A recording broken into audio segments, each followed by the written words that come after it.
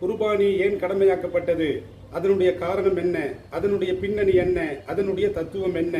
குர்பான் கடமையாக்கப்பட்டதனுடைய தத்துவங்களில் ஒன்று, அது இஸ்லாமிய அடையாள சின்னங்களில் ஒரு அடையாள சின்னமாக இருக்கிறது. அது இஸ்லாமிய நினைவு சின்னங்களில் ஒரு நினைவு சின்னமாக இருக்கிறது.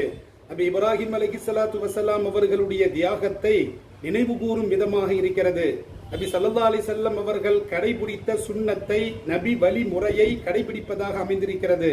மேலும் அல்லாஹ் நமக்கு கொடுத்திருக்கக்கூடிய கால்நடைகளுக்கு நன்றி பாராட்டும் விதமாக குர்பானி கொடுப்பது அமைந்திருக்கிறது. மேலும் இன்று மே 28 உலக பட்டினி தினம். பட்டினி இல்லாத சமுதாயத்தை உருவாக்க வேண்டும் என்பதற்காக வேண்டி பட்டினியால் வாழக்கூடிய மக்களுக்கு அதனுடைய மாமிசங்களை கொடுப்பதற்காக குர்பானி கடமையாக்கப்பட்டிருக்கிறது. அல்லாஹ் சொல்லுகின்ற பொழுது, நீங்களும் அதனுடைய மாமிசத்தை உண்ணுங்கள், கஷ்டப்படும் ஏழைகளுக்கும் கொடுங்கள், நீங்களும் உண்ணுங்கள், சுயமரியாதையாக கையேந்தாமல் இருக்கிறார்களோ அவர்களுக்கும் கொடுங்கள்.